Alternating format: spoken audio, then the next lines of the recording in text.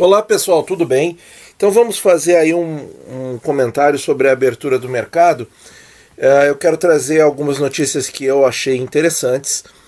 Essa primeira manchete aqui da Exame Invest, falei já no vídeo de hoje de manhã sobre uma matéria deles. Eles estão com matérias legais, viu? É um site que eu recomendo. Tesouro já tem suficiente para honrar vencimentos até abril de 21. Lembra como isso estressou muita gente e deu, né, muita repercussão na imprensa do setor e tal?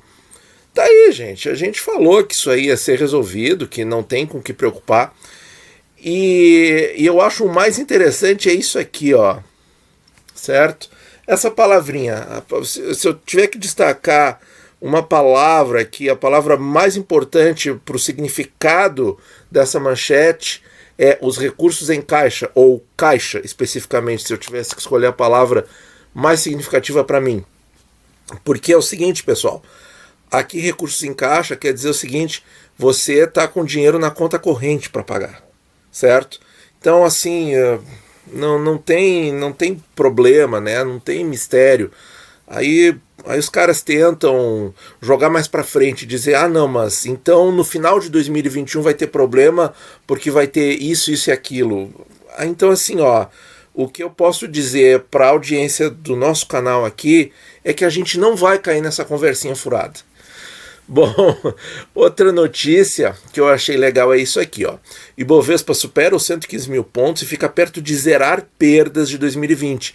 Isso é sensacional e muito forte. Zerar perdas de 2020, pessoal.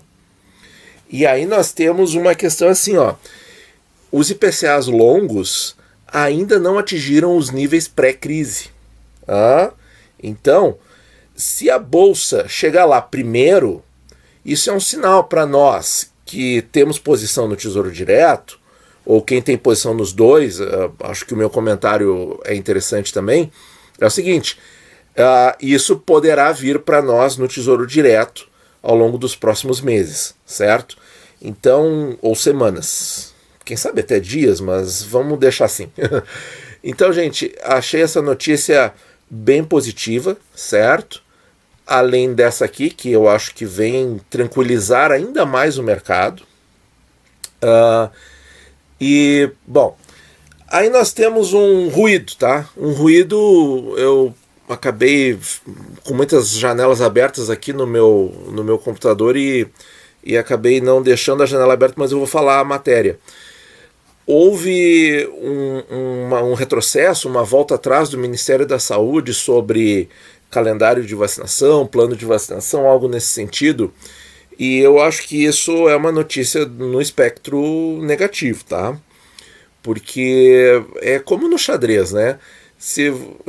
Fazer várias analogias, porque eu acho muito interessante como as coisas se ligam, o pensamento no xadrez com o pensamento nos investimentos. Quando você faz um ataque, você compra um investimento, e aí você tem que retroceder na posição, você tem que voltar a posição, voltar a peça, porque aquele ataque não vai mais prosperar. Isso, em geral, não é bom para a posição. Então, o que acontece? Então, se o Ministério da Saúde diz que vai voltar, que retrocede no seu discurso sobre um calendário de vacina, isso, na minha opinião, é altamente negativo. É a mesma coisa que você lançar uma peça ao ataque, ver que estava errado e voltar. Então, qual era o problema? Ou não tinha que ter falado antes, basicamente é isso, não tinha que ter falado antes, não tinha que ter lançado a peça ao ataque. E por que é negativo, gente? Porque, assim, ó, a gente sabe qual é a causa de todo o problema econômico mundial de 2020. A gente sabe. Foi o surgimento dessa doença. Então, atacar a causa, resolver a causa do grande problema de 2020 é uma solução lógica. Então, eu realmente fiquei aí pro lado negativo mais forte com essa... que eu também não sei até que ponto vai se sustentar, ou daqui a pouco eles dizem outra coisa, e enfim, o Ministério da Saúde volta aí a ter uma posição mais ativa, volte a atacar com as suas peças o problema doença, tá? Tem que fazer isso para ganhar essa partida de xadrez, tá bom? Então, assim, eu acho que ficou clara a analogia, né, gente? Agora vamos falar aqui do DI Futuro. O DI Futuro ontem fez essa pernada muito boa. Eu estou tentando centralizar melhor aqui. Fez essa pernada muito boa para baixo, testando níveis mais baixos do gráfico. Essa é a nossa impressão. E hoje ele acorda, digamos assim, com uma pernada para cima. Então parece que já está dando sinais de que está procurando uma estabilidade. E é interessante que essa estabilidade fique abaixo dos 7% em 7 anos, que é o DI Futuro 27, né? Ano que vem vamos passar a analisar mais o 29. E aí o que acontece nas taxas? Aqui nós estamos com aquela tela inicial ainda das 9h21, mas quando o vídeo for ao ar, vocês já vão ter essas taxas confirmadas. Olha só, pessoal, coisa interessante. A minha leitura de taxas, aí leitura não é assim, vou ler as taxas, é interpretação, tá? Brincadeira. Olha só, isso aqui é o fechamento de ontem, certo? 4,64 no pré-23, agora 4,65. Qual é a leitura aqui? É estresse no curto prazo, mas nos demais prazos houve queda. O pré-26 caindo, o pré-31 caindo, 7,30 agora, 7,33 para 7,30. O IPCA 26 caindo, 2,50 para 2,48. Os IPCAs longos com uma pernada muito interessante de 0,05 para baixo, 3,76 para 3,71, né? O IPCA 2030 aí nos 3%, também caindo com relação a ontem. O 40 e o 50 a mesma coisa. Então, qual é a leitura? A leitura é a seguinte: o pessoal lá do Tesouro está enxergando um estresse de curto prazo, porque esse papel aqui de curto prazo foi penalizado na taxa, subiu um pouquinho, né? Então ficou mais barato. E no longo prazo, 26 para frente, o Tesouro julga que o mercado está mais calmo. Essa é a leitura. E aí qual vai ser o nível de estabilidade de taxas até que algumas coisas se resolvam? Porque nós temos algumas coisas a se resolverem. Nós temos uma questão política que eu acho que ainda vai dar barulho, que é a eleição dos novos presidentes das casas legislativas. E parece que o mercado, pelo menos nos portais de notícias da área financeira, simplesmente não estão falando disso. E eu acho que é um ponto sensível. A outra questão é a vacinação e o combate à doença e, enfim, poder voltar à vida normal o mais rápido possível, certo? Eu sei que tem pessoas que pensam em teorias de conspiração, mas a gente não pensa assim, tá? A gente não vai entrar nessa vibe aí.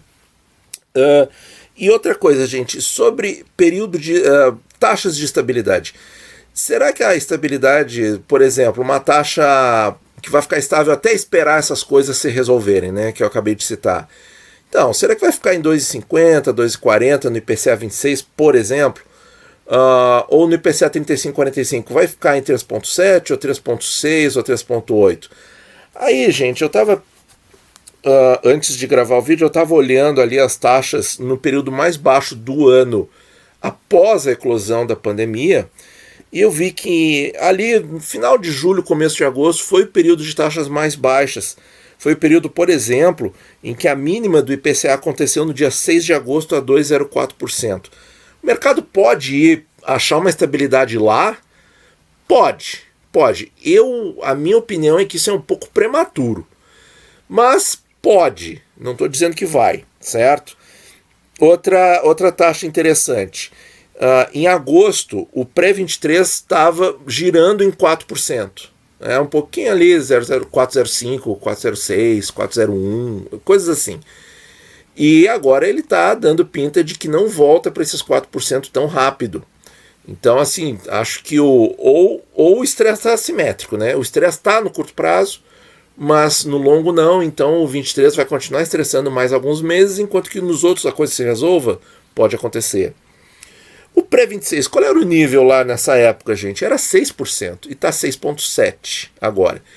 Então, assim, essa é a pergunta. Em que ponto as taxas vão se estabilizar? Minha opinião pessoal, assim, eu ficaria confortável com as taxas estáveis em algo parecido com o que a gente está vendo agora, tá? Porque eu acredito que níveis mais baixos do que isso vão ter uma certa carga especulativa, porque nós temos questões muito importantes a resolver. Essas questõezinhas de curto prazo, os presidentes das casas legislativas, o cronograma de vacinação, acho que são imperiosas.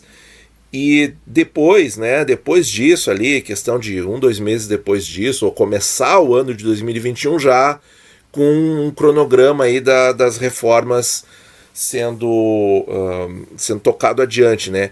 E aí o pessoal pergunta especificamente que tipo de reforma, as que a gente tá ouvindo que estão paradas há meses, reforma tributária, administrativa e por aí vai, certo?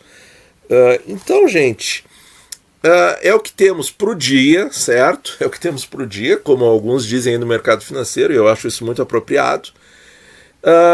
Detalhe que eu não comentei da taxa do Selic 25 caiu, de 0,20 para 0,1966. Vamos ver quantos reais. Ele aumentou de 10.658 para 10.661, quer dizer, um ganho de R$3. É ganho de marcação a mercado, porque a taxa caiu de 0,20 para 0,19. Mas vejam como é insignificante, né? R$3 para um papel que custa mais de 10 mil, certo? Mas então, pessoal, é isso aí. Deixem aí nos comentários as vossas opiniões, tá? Eu também fiz uma enquete lá na aba comunidade, tá? Uma enquete aí para todos do canal. Eu gostaria da opinião de vocês, porque eu tô vendo assim que os vídeos da série 5 minutos do nosso canal, eles têm uma audiência boa, mas eu vejo que eles têm um tempo de vida meio curto. Como eu largo ele às 18 horas, eu vejo que eles têm ali um pico de visualização em 3, 4 horas, enquanto que o vídeo que eu solto às 7 da manhã, ele é visto mais vezes durante o dia. Então eu quero a opinião de vocês, se trocar para o meio-dia fica mais interessante, ou de repente de manhã junto com o vídeo do vídeo da manhã, das 7 da manhã, mas essa opinião, essa alternativa eu não acharia muito interessante, porque eu acho que fica muito conteúdo na mesma hora. Mas basicamente é assim. Eu quero a opinião de vocês se a gente mantém a série dos 5 minutos às 6 horas ou passa para o meio-dia. Essa é a minha questão principal. Deixei ali algumas brincadeirinhas também, tá? O hater pode botar o dislike ali que eu botei como última opção, que ele não quer opinar porque ele é hater, e essa é a opção do dislike, porque ele dá dislike. Então tem ali a opção também na enquete, tá? Eu vou entender quem marcar a última opção como o dislike do hater, tá? Que também são bem-vindos, tá bom, gente? Porque o YouTube tem esse lado lúdico, né? Muito obrigado por ouvir e bons investimentos a todos.